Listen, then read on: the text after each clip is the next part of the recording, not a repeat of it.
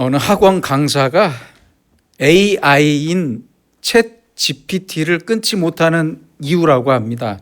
학부모에게 전할 문장을 아주 험하고 예의 없게 작성하고 챗 GPT에게 부드럽고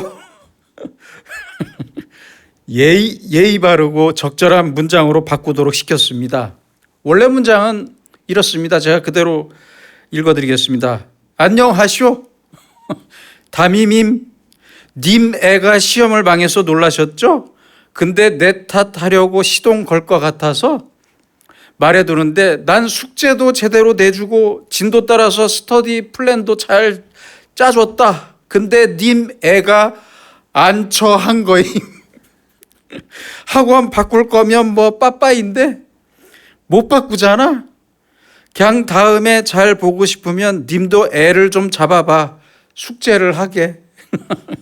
이 문장을 챗 GPT는 이렇게 바꿨습니다.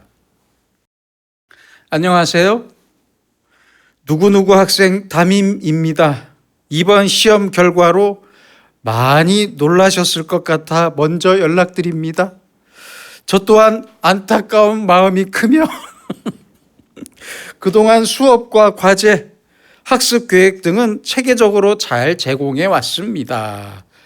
뭐 이런 식으로 정상적인 문장으로 바꿔 주었습니다. 그러자 이 글에 베스트 댓글이 달렸습니다. 학부모도 챗 GPT에게 강사에게 이런 문자가 왔는데 속뜻을 해석해 줘 라고 부탁했고 챗 GPT는 안녕하시오 담임님, 니네가 시험을 망해서 놀라셨죠. 여러분, AI가 없으면 대화가 되지 않아요. 그렇습니다. 미국의 유명한 경영학자인 피터 드러커의 대표적인 책의 제목처럼 우리는 단절의 시대를 살아가고 있습니다. 같은 나라에서 같은 말과 문자를 쓰며 살아가지만 말이 통하지 않을 때가 많습니다. 세대와 지역과 계층이 다르다면서 언어 소통의 단절이 분명히 있습니다. 한 집에서 수십 년을 함께 살았는데도 가족이지만 서로 마음이 통하지 않습니다. 마음은 고사하고 아예 서로 대화조차 하지 않습니다. 말할 줄은 알지만 대화는 없습니다. 말을 하더라도 자기 말만 했지 도무지 듣지를 않아요. 말을 많이 들으면 피곤하다고 하고 언제나 말을 많이 해야 속이 시원하다고 합니다. 함께 몇 시간을 떠들고 나서 헤어질 때는 뭐라고 해요? 자세한 얘기는 다음에 만나서 하재요. 그렇게 아쉬워합니다. 서로 성별이 다르고 나이 차이가 나고 세대 차이가 나고 관심이 다르고 목적이 달라서 대화가 단절됩니다. 문화가 단절됩니다. 지식이 단절됩니다. 서로의 전공이 다르고 분야가 달라서 말이 통하지 않는다고 해요. 하루 종일 내 머릿속에 내가 매달리고 연구했던 일에 대한 생각만 꽉 찬 사람은 집에 돌아와서 가족들과 대화하기가 쉽지 않습니다. 어려워요. 시간이 지날수록 대화의 거리가 점점 더 멀어지고 맙니다. 우리는 바로 이러한 단절의 시대를 살아가고 있습니다. 그보다 더 심각한 것은 도덕성의 단절입니다. 도덕적 단절입니다. 나의 선이, 내가 생각했던 선이 저 사람에게는 악이 됩니다. 나의 성공이 저 사람에게는 실패가 되고 이곳의 의가 저곳에서는 불의가 됩니다. 이렇듯 행복과 불행, 사랑과 증오, 의와 불의가 서로 혼선을 빚고 있습니다. 내가 옳다고 하는 것이 절대적인 가치를 지니고 있지 못합니다. 내 훈계가 잔소리가 되고 내 사랑의 행동이 저쪽에서는 불편함이 됩니다. 내 말과 생각과 뜻과 마음이 누군가에게는 전혀 통하지 않습니다. 안타깝지만 이렇게 우리는 단절된 시대를 살아가고 있습니다.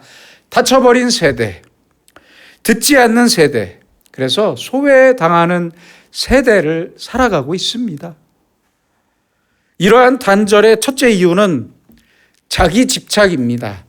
자기 생각이나 자기가 편한 것에만 집착하는 동안 다른 사람들에 대한 여유가 없어집니다. 둘째는 열등감입니다. 자기 스스로 부족하다고 느낄 때, 나보다 상대방이 더 잘났다고 생각할 때 자기 마음을 닫아버립니다. 셋째는 피해의식입니다. 어제의 실패와 쓰라린 고통 때문에 뭘 하든지 누굴 만나든지 이제는 덜컥 겁부터 납니다. 이 두려움 때문에 마음을 주지 않고 닫아버립니다. 넷째는 욕심입니다. 저 사람보다 더 갖고 더 성공해야 하고 내가 원하는 대로 다 누리겠다는 마음이 문제입니다. 마지막은 불신입니다. 내가 나를 믿지 않을 뿐더러 남을 믿지 않아요. 믿음이 없기 때문에 대화가 되지 않습니다. 오늘의 본문 12절에는 이제 하나님과 인간의 단절에 대한 아주 결정적인 말씀이 있습니다. 내가 그의 마음을 완악한 대로 버려두어 그의 임의대로 행하게 하였도다. 로마서 1장에서도 24절, 26절, 28절에 말씀하십니다. 하나님께서 내버려 두셨다.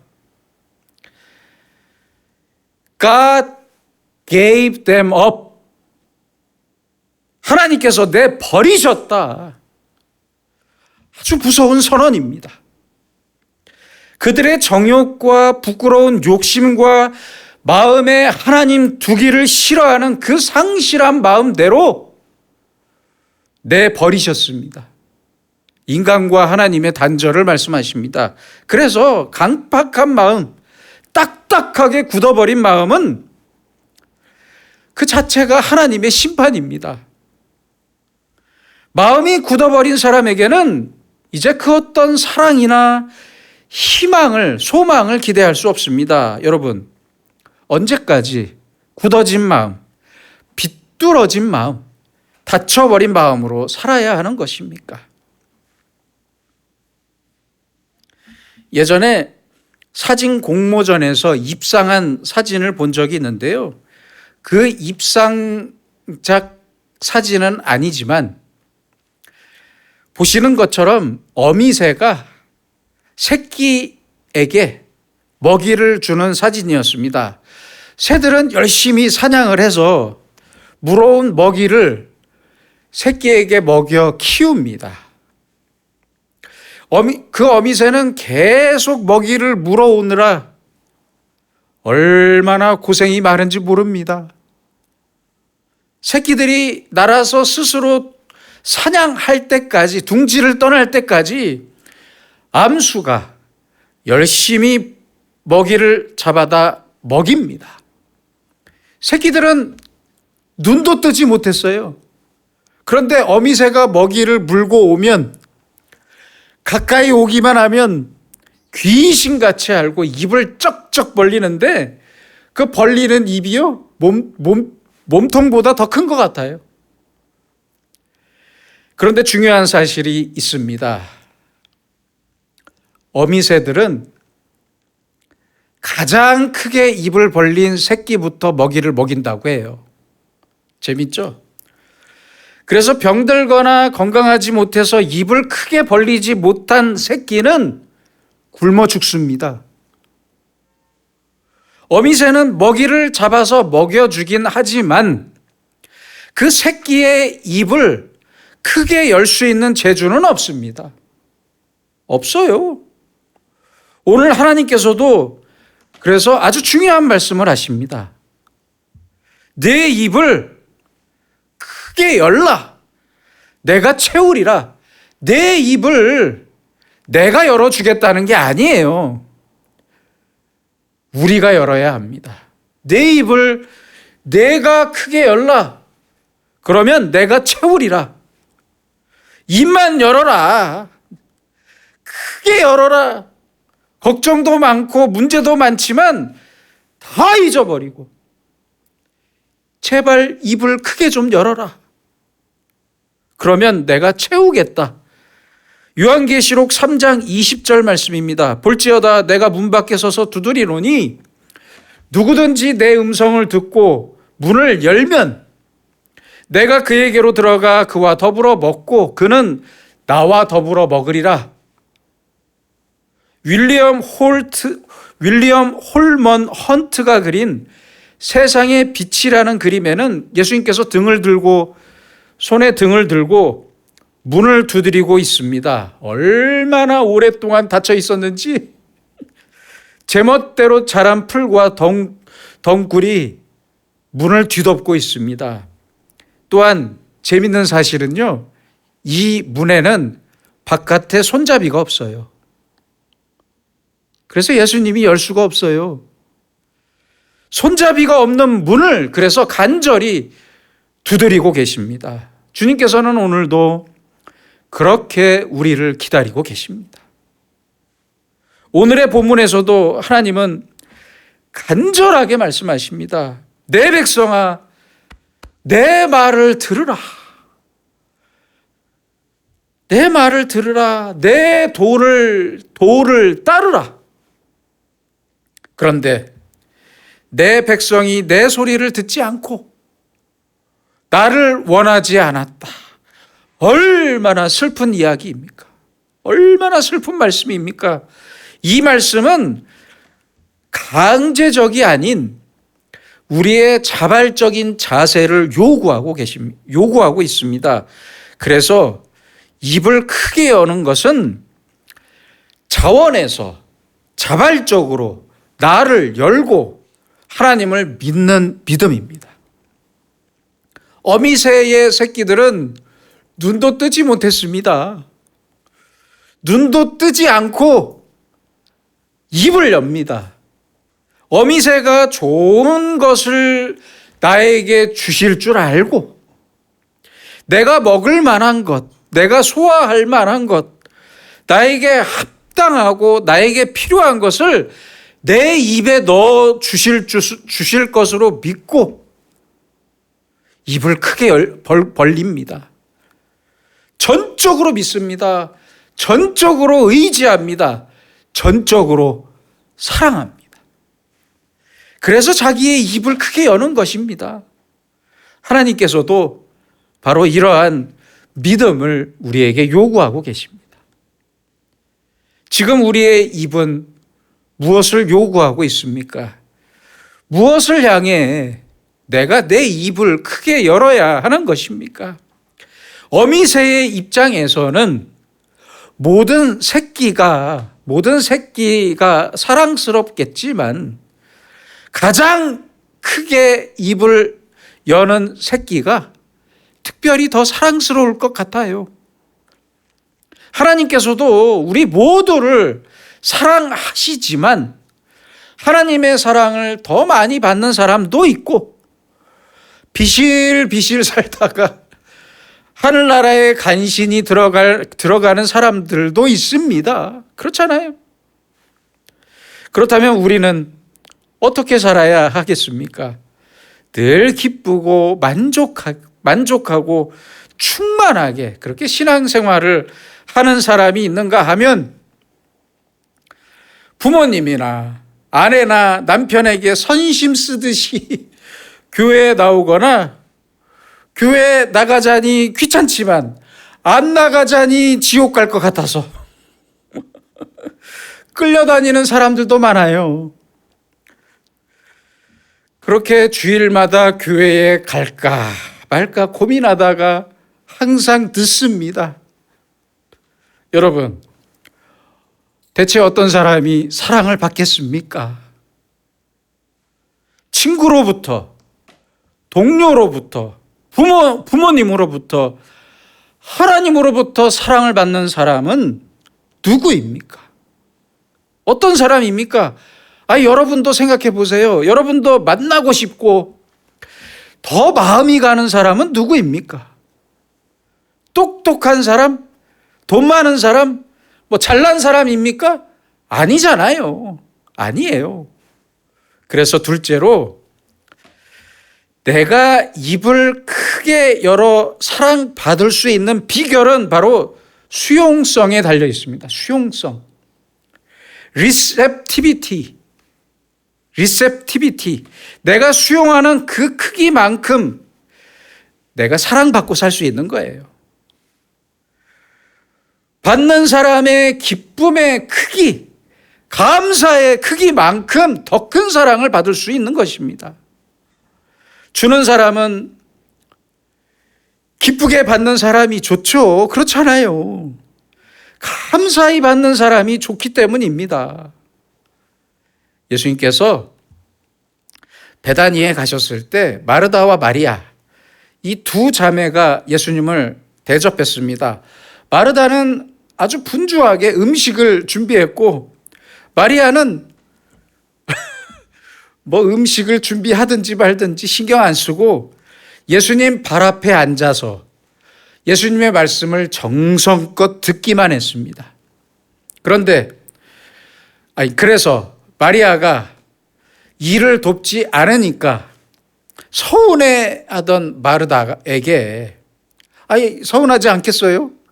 서운하죠. 서운해하던 마르다에게 예수님께서 말씀하십니다. 마르다야, 내가 일이 분주하고 속이 상하겠지만 한 가지만 해도 된다. 마리아는 좋은 편 하나를 선택했으니 빼앗기지 않을 것이다. 이렇게 말씀하셨어요. 예수님께서도 10가지, 20가지, 30가지 음식보다 내 말을 정성껏 듣는 사람이 훨씬 더 반가우셨어요. 그렇잖아요. 누가 예수님의 사랑을 더 받았습니까? 잘 듣는 사람입니다. 수용성이 좋은 사람입니다. 여러분, 우리가 사랑을 받는 것은 사람에게나 하나님에게나 똑같습니다. 마찬가지입니다. 받아들이는 마음이 좋아야 합니다. 전적으로 받아들이는 사람, 입을 크게 벌리고 받아들이는 마음, 그 인격이 더 큰 사랑을 받는 것입니다. 언제 만나도 반가운 사람, 헤어질 때 또 만나고 싶은 사람은 입을 크게 벌리고 있는 사람, 즐거운 마음과 희망과 소망으로 충만한 마음을 가지고 입을 크게 열고 있는 사람은 어디에서나 누구에게나 사랑을 받을 수 있습니다. 셋째로, 입을 크게 여는 사람은 완전히 순종하는 사람을 말합니다. 완전히 순종하는 사람. 우리의 기도를 생각해 보세요. 하나님, 어떻게 해야 합니까? 해야 합니까? 말아야 합니까? 가야 합니까? 가지 말아야 합니까? 이 일을 어떻게 해야 합니까? 주님께서 인도해 주세요. 혹시 일이 안 되더라도 하나님의 뜻을 믿고 그대로 따라갈 수 있는 믿음을 주세요. 이렇게 기도하면 좋겠는데 이렇게 기도하면 좋겠는데 어떤 사람들은 자기의 기도 제목을 하나님께 툭 던지듯이 기도하면서 뭐라고 해요? 무조건 이루어 주실 줄 믿습니다. 이 발음을 좀 제가 제대로 해볼게요. 메사메다. 목사님들 그러잖아요. 주실 줄 메사메다. 무조건 이루어 주실 줄 믿는데요. 무조건이래요, 무조건. 아니, 그러면 제가 묻고 싶네요. 안 이루어지면, 그 기도대로 안 이루어지면 하나님 안 믿을 겁니까? 이건 기도가 아니라 공갈 협박입니다. 부흥회 가보세요. 공갈 협박하는 목사님들 얼마나 많아요. 잘못된 겁니다. 이런 기도와 마음과 인격은 사랑받기 어렵습니다. 그렇잖아요. 떼쓰는 거잖아요. 내게 좋은 일이라면 이루어지게 하시고, 이 일이 내게 안 좋은 일이라면 내가 아무리 간절히 원하는 일이라도 안 돼도 괜찮습니다. 아니, 안 되게 해주세요. 주님 뜻대로 해주세요. 저는 하나님의 뜻대로 따라가겠습니다. 이런 마음이 순종의 마음이고 입을 크게 열리는 마음입니다. 비판하기 전에 순종이 먼저입니다. 들어보고 순종하는 게 아니에요. 순종하고 듣는 것입니다. 마태복음 8장 10절입니다. 이스라엘 중 아무에게서도 이만한 믿음을 보지 못하였노라. 얼마나 큰 칭찬입니까? 예수님께서는 로마 군인이었던 백부장에게 이렇게 높이 칭찬하셨습니다. 왜 칭찬하셨고 왜 이런 칭찬을 받았던 것입니까? 백부장이 뭐라고 했어요? 예수님 말씀만 하세요. 가라면 가고 오라면 오고 하라면 하겠습니다. 말씀만 하시면 제가 그대로 순종하겠습니다. 바로 이 마음, 바로 이것이 입을 가장 크게 벌리는 마음, 칭찬받는 믿음입니다. 미국의 남북 전쟁 때 이야기입니다. 실화입니다. 어떤 장군의 딸이 집 밖에서 낯선 사람에게 인형을 닮은 보석 상자를 받아와서 가족들에게 자랑을 했어요. 그러자 아버지인 장군이 묻습니다. 누가 줬냐? 몰라요. 어떻게 생긴 사람이었냐?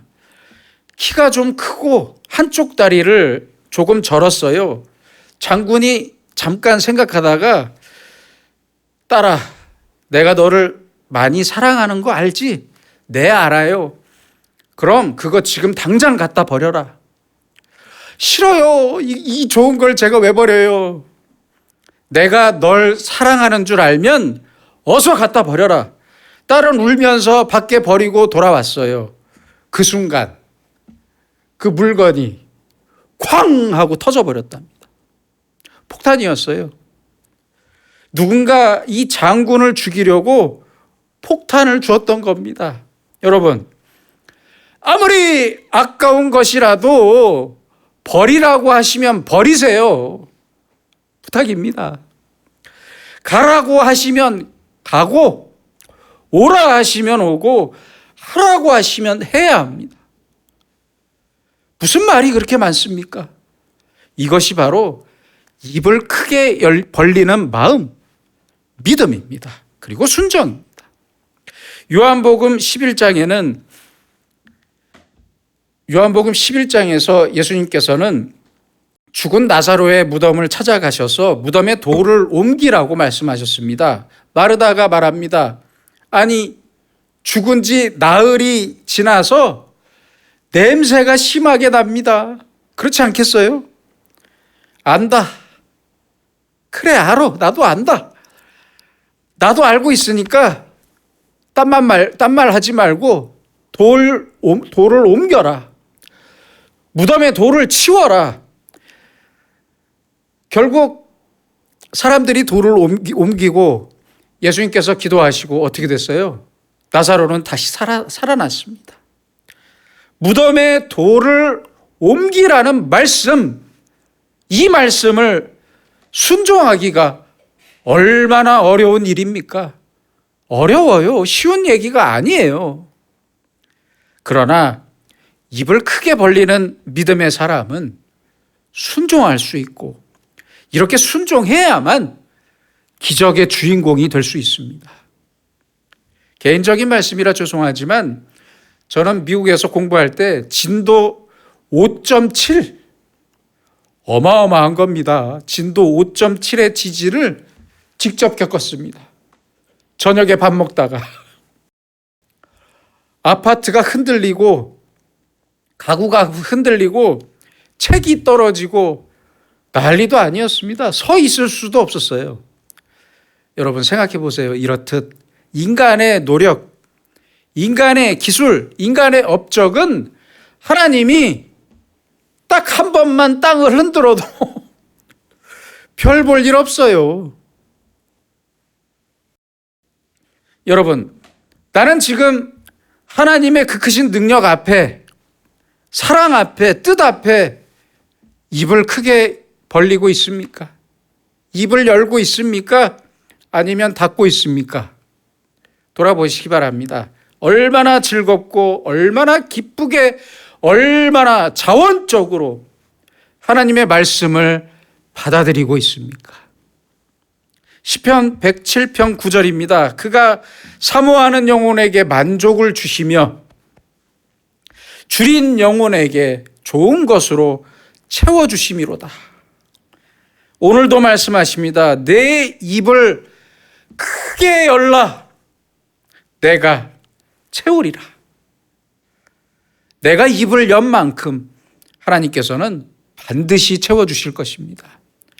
넘치게 채워주시는 이 은혜가 추석을 맞이하는 우리 모두의 가정에 충만하시길 소망합니다. 기도하겠습니다.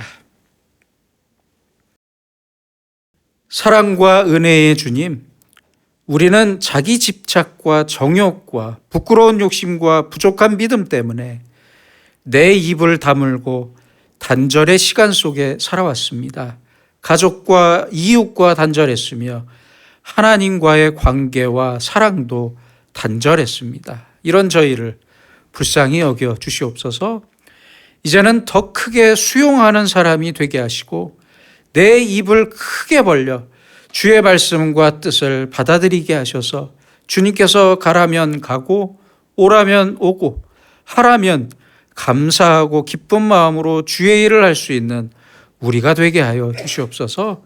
그래서 추석을 맞이하는 우리 모든 가까운 식구들과 자녀들에게 하나님의 사랑과 은혜와 복을 넘치도록 채워 주시옵소서.